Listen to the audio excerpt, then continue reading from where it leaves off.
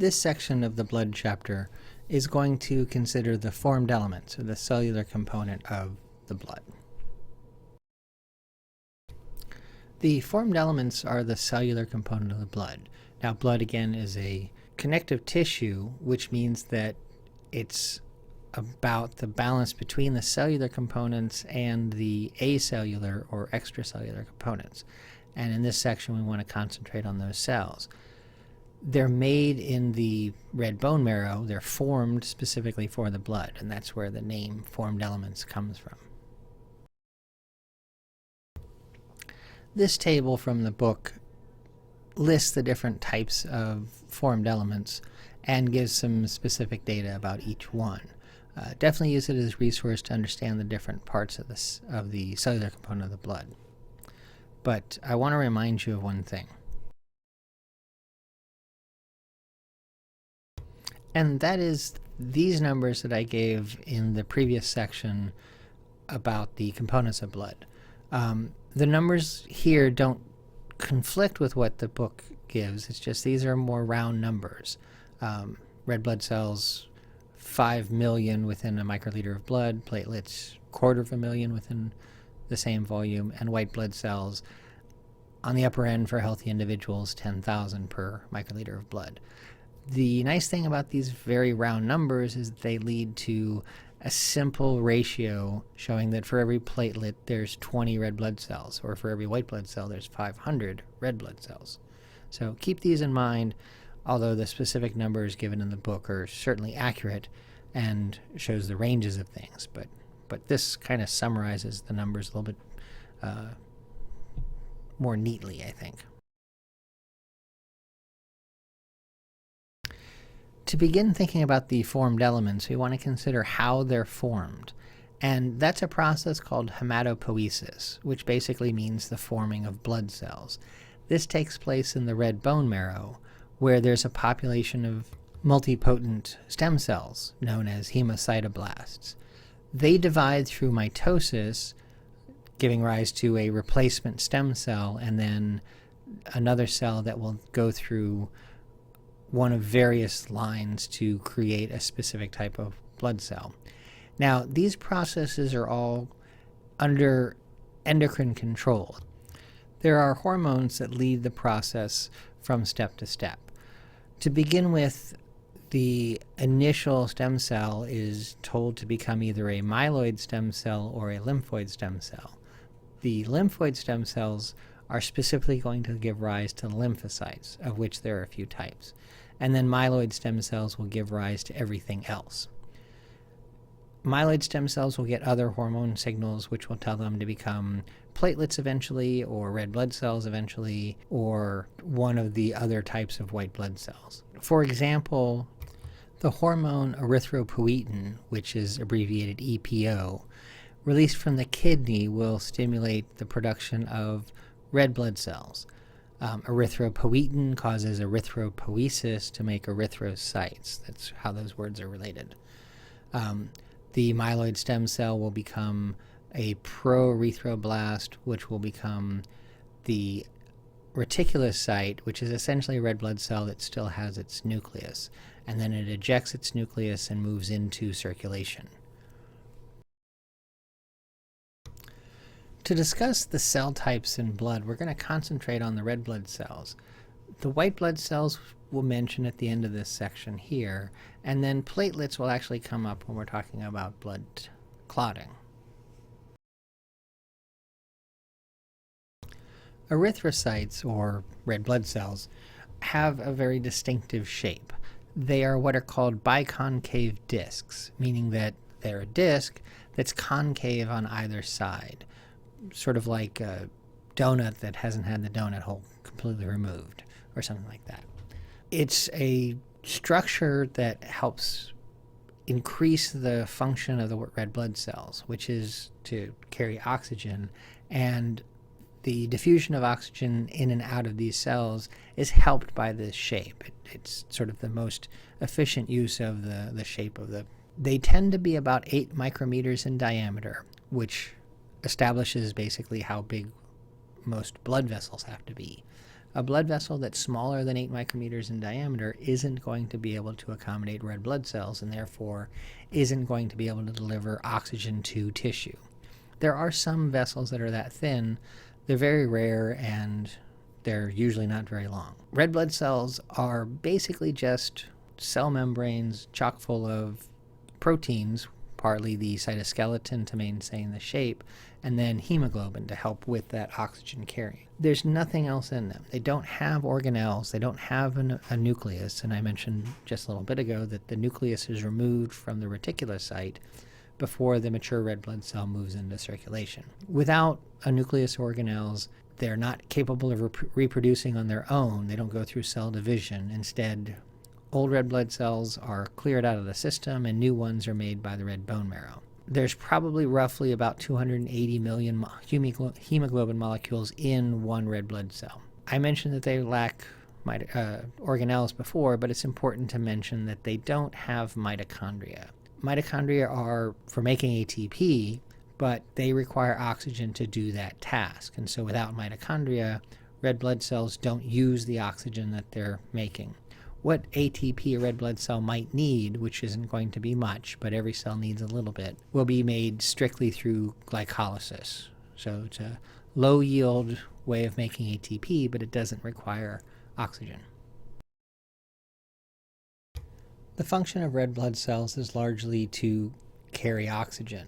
And so all internal space is dedicated to that function, whether it's the cytoskeleton to maintain the cell shape or the hemoglobin in there that carries that oxygen. Now, like I said before, they don't use any oxygen themselves. Any ATP that they need is made anaerobically through glycolysis. And then the structure of hemoglobin is given in the following figure. The hemoglobin molecule is made up of 4 separate subunits. In the adult normal configuration, 2 of those subunits are the proteins beta globin and 2 are alpha globin. There's another one called gamma globin, which is present in fetal blood, giving hemoglobin a different oxygen carrying capacity that fits with the fact that a fetus isn't breathing for itself, but rather getting oxygen from the mother's placental transfer. In this picture, the little UFO-looking things in the middle of each globin chain is called a heme molecule. And off to the side is a representation of what that looks like in a 2-dimensional chemical structure. It has in the middle of it an iron ion, and that iron ion will react with oxygen the same way that iron reacts with oxygen in the world around us, what we normally see as rust. And the color of rust and the color of blood are essentially the same, that reddish color. That's where the blood gets that color from.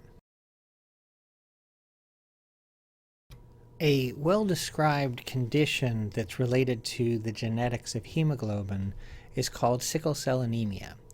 And what happens is there's an error in the beta globin gene, and so the hemoglobin molecule doesn't form correctly. And that abnormal hemoglobin molecule will cause the red blood cell to take on a different shape, which is where the sickle cell name comes from. Because the hemoglobin molecule is messed up, the red blood cells aren't as good at carrying oxygen, and that's the anemia part of the condition. There is an interesting component to this story, which is people that carry one mutated copy of the gene and one normal copy of the gene, what we would call heterozygotes, are more resistant to malaria than people that don't have any abnormal copies of the gene. And so that conference of protection against malaria is part of what makes a potentially devastating genetic condition actually survive in the population. People with that heterozygote situation are called carrying the sickle cell trait, not the disease, just the trait, which is going to confer a protection against malaria. An important part in considering red blood cells is to consider their life cycle, which is the lifespan of a red blood cell is actually fairly short. They last about 120 days. The reason for this is that oxygen is actually a very toxic molecule. It's very reactive. It causes things like rust. To the organic molecules in our body, it can oxidize those and create some significant problems. So red blood cells are just cleared out of the system on a regular basis and replaced with new ones made in the red bone marrow. Now, they're taken out of the system through the action of white blood cells, which are phagocytes. Macrophages are probably the most common version of those that do this. Now, they're not the most common phagocytic cell, but they're the ones that clear out red blood cells. They clear them out from circulation or as they pass through certain structures like the spleen or the liver or some lymph nodes. And the cells eat the red blood cells. That's what phagocyte means. It eats cells. The parts that are broken down in the digestive organelle in those cells are recycled and reused, except for the heme molecule. The heme molecule is repurposed. It's sent on to the liver where it's enzymatically changed into a different molecule. There's a couple of steps to get there, but becomes what we call bilirubin, which is a component of the digestive juice bile. The bile molecules are reused to help with a digestive function that we'll talk about in that section of the course. But then eventually that heme molecule goes through some other changes as it's eliminated from the body. And a little bit of it's eliminated through the urine, but most of it's part of the solid waste that we call feces. The other type of blood cell that we want to discuss here briefly are leukocytes, or white blood cells. There are 5 types. And in this rather attractive picture from the Wikipedia page, there's monocytes, lymphocytes, neutrophils, eosinophils, and basophils. The 3 that have "phil" in their name are called granular leukocytes because they have grainy inclusions in their cytoplasm when viewed under the microscope. And then the 2 with "cyte" in their name, monocytes and lymphocytes, are considered agranular because they do not have those granular inclusions. Those are just aspects of what they are called based on how they look under the microscope. This is the picture from the book that shows the 5 types, and these are from micrographs, and you can see the graininess of the granular leukocytes versus the agranular leukocytes. The 5-word epithet here, "never let monkeys eat bananas," is a useful mnemonic for these cells. Never for neutrophil, let for lymphocyte, monkeys for monocyte, eat for eosinophil, and bananas for basophils. Now that might seem like a very strange order to put them in, but actually it's useful. Neutrophils are the most common at about 2/3 of the white blood cells in your system. Lymphocytes are the next most common, 20 to 25% of the cells. Monocytes are next most common with a little less than 10% of the white blood cells in your system. And then eosinophils and basophils are fairly rare. Together they equal a couple of percent of the white blood cells. Basophils are more rare than eosinophils, but they're both rather rare. So that mnemonic can help you remember the 5 types by their name and the order in which we find them most prevalent to least prevalent in our system. You might have noticed in some of these pictures that the nuclei of many of the white blood cells look a little strange. And the picture here shows how white blood cells move from the blood vessels into the surrounding tissue. And they have to squeeze between the squamous cells that make up the wall of the blood vessel. And so it's easier to do that when the nucleus is more like a series of linked sausages rather than one big spherical structure. It can squeeze the cells through a little easier. We do not see that type of nucleus in a lymphocyte because lymphocytes don't do that particular pass through the cell wall, through the blood vessel wall. But all the other ones, neutrophils, monocytes, eosinophils, and basophils, all can potentially do that. When they move out into the tissue, they'll often be activated to perform a particular task, which is usually phagocytosis, and so they become phagocytes. Now, you can see in the monocyte in this picture that when it moves out into the tissue and it becomes activated, it's what we call a macrophage. It physically changes its shape as it's performing its function, and it's a different type of cell by name at that point, but it's really just the monocyte in its activated form. Now this picture is really just showing neutrophils or monocytes doing this. Eosinophils and basophils presumably can do the same sort of thing, but the support for that is pretty scant because those types of white blood cells are fairly rare. But they can have the same sort of shaped nucleus to them, which suggests that they're capable of doing the same thing. They're so rare we won't really consider them too much, and we'll just concentrate on neutrophils and monocytes being activated to become phagocytic.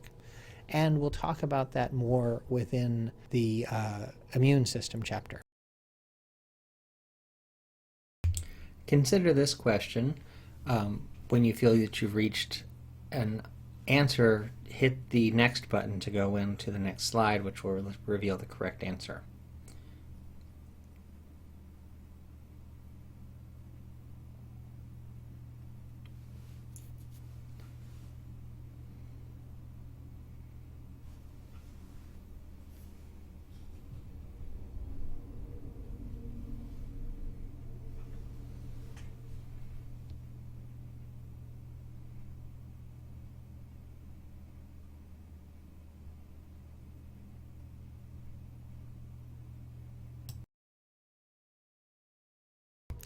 Now, if you didn't get this wrong, that's because I'm being a little sneaky. First off, notice that I gave a 5-choice answer set here when I normally do 4. And that's because I wanted to put in 5 words, and I put it in sort of following what I just said about the white blood cells. So if you hadn't really read this question carefully, you might have said, oh, NLMEB, never let monkeys eat bananas, and neutrophils are the most numerous type of white blood cell. But you have to read the question carefully. First off, it says what's the most numerous cell in the blood, not just white blood cell. And then also notice that choice D, that starts with an E, is for erythrocyte and not eosinophil. So it's sort of bearing that in there. Pay attention to what you're reading, okay? That's the point of this kind of question.